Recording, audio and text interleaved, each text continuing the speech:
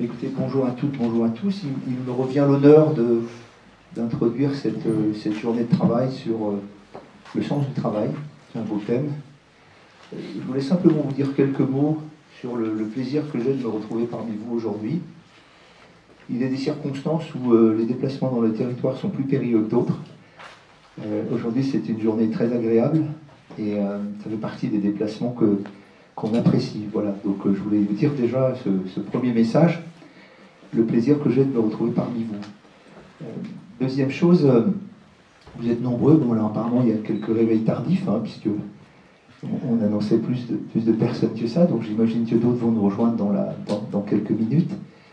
Vous êtes nombreux, nombreux salariés de l'association, représentants du monde extérieur, professionnels de santé, représentants des usagers, représentants des collectivités.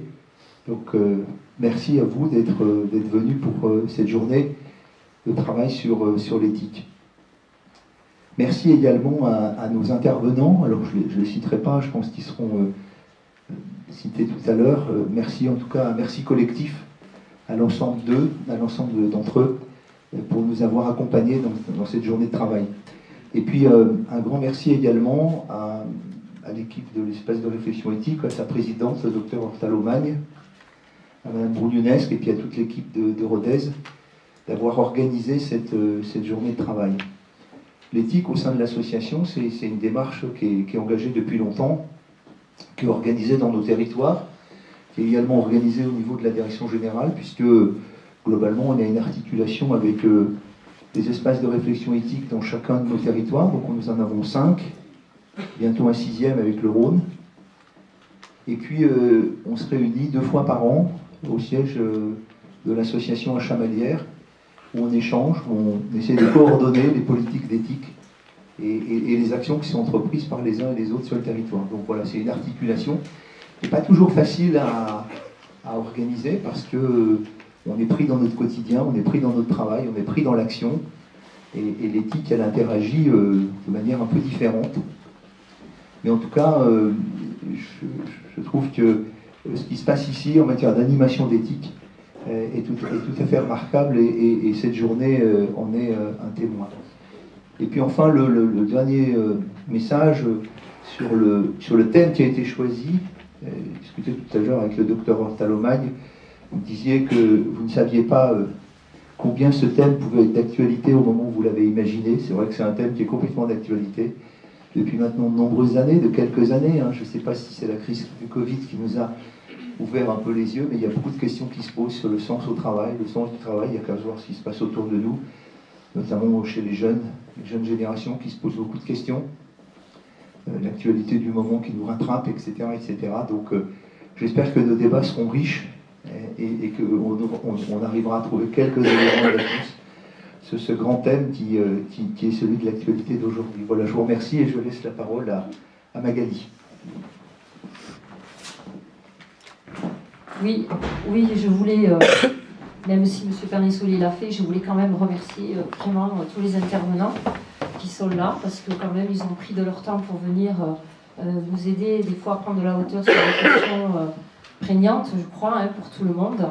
Je voulais notamment remercier vraiment très sincèrement toutes les équipes qui ont travaillé pour que l'organisation de cette journée soit la plus parfaite possible, donc les services administratifs et les services techniques, et plus particulièrement aussi l'administration bien entendu, et plus particulièrement le docteur Hortal-Aumagne, votre présidente, qui a bien voulu reprendre l'air, parce que vous aviez hésité, mais vraiment moi je voulais vraiment vous en remercier, parce que vraiment vous nous aidez dans cette démarche d'éthique et à nous aider à nous recentrer sur ce sujet-là. Des fois ça peut nous aider. Je ne vais pas en dire plus, je vais vous laisser la parole parce que je ne vais pas me risquer sur des concepts, parce que je crois qu'avec les professionnels que l'on a aujourd'hui, je crois que je prendrai de gros risques, n'est-ce pas, professeur? Mais peut-être que quand même, j'avais envie de vous donner la définition de la bientraitance de 2018 de l'HAS. Je trouvais qu'elle était intéressante. Alors, je sais qu'elle a été modifiée un petit peu depuis, mais quand même, je vous la lis. La HAS disait en 2018 « La bientraitance est une démarche collective pour identifier l'accompagnement le meilleur possible pour l'usager, dans le respect de ses choix et dans l'adaptation la plus juste à ses besoins.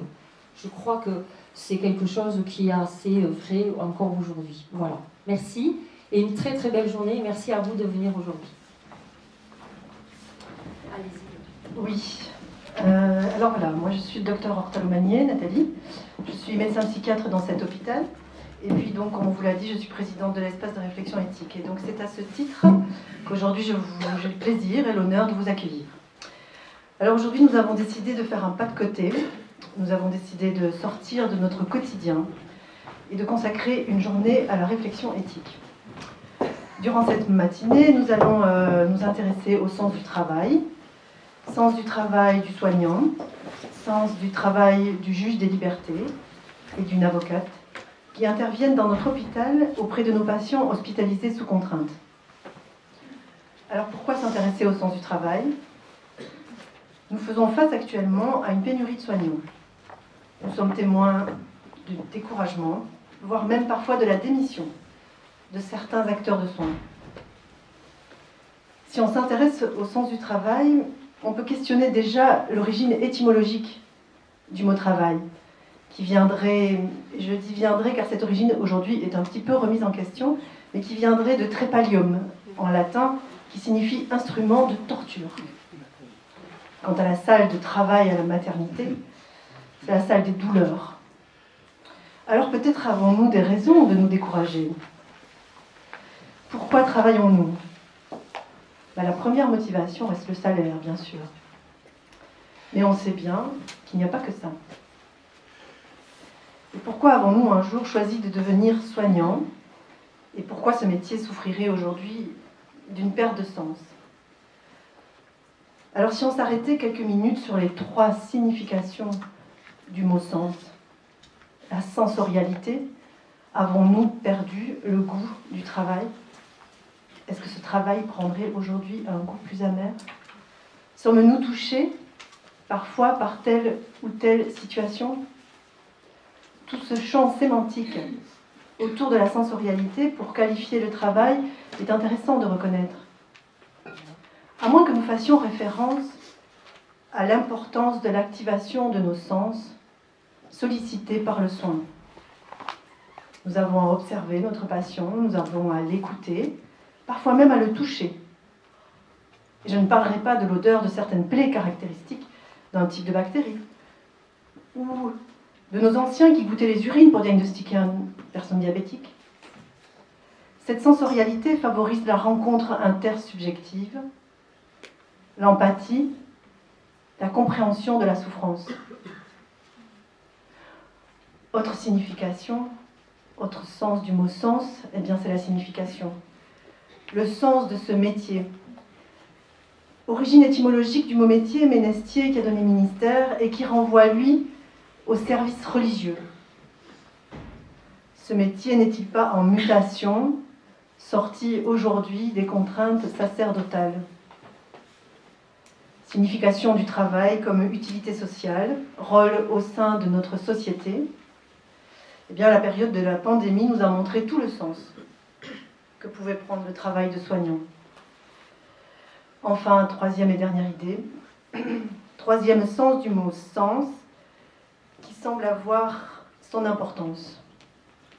Le sens pour exprimer une direction, qui sous-entend un mouvement, une motivation, un moteur, un motif. Le sens du travail ne serait-il pas ailleurs, extrinsèque au travail ? Car le travail n'est pas une valeur morale, comme la justice. Il n'est pas une fin en soi. Le travail s'arrête avec les congés, la justice jamais. Le travail a un prix, une valeur morale n'en a pas. L'amour est une valeur morale, l'amour n'a pas de prix. Si nous avons la sensation d'une perte de sens de ce travail, c'est qu'un jour, nous lui avons donné un sens au départ. Est-ce qu'au début de nos études, nous n'étions pas attirés par un certain idéal, dans le soin, une certaine étoile ? Et si on reprend la métaphore du sage qui montre l'étoile, ou la lune, et de l'imbécile qui regarde le doigt, si on ne se préoccupe que de la direction du doigt, j'entends là toutes les recommandations, les injonctions dont le sens parfois nous échappe et auquel nous sommes soumises. On passerait à côté de ce qui peut faire sens dans le travail, c'est-à-dire la motivation, pour un travail qui permettrait de favoriser le développement personnel, c'est-à-dire autre chose que le travail, c'est-à-dire le désir, l'épanouissement ou le bonheur.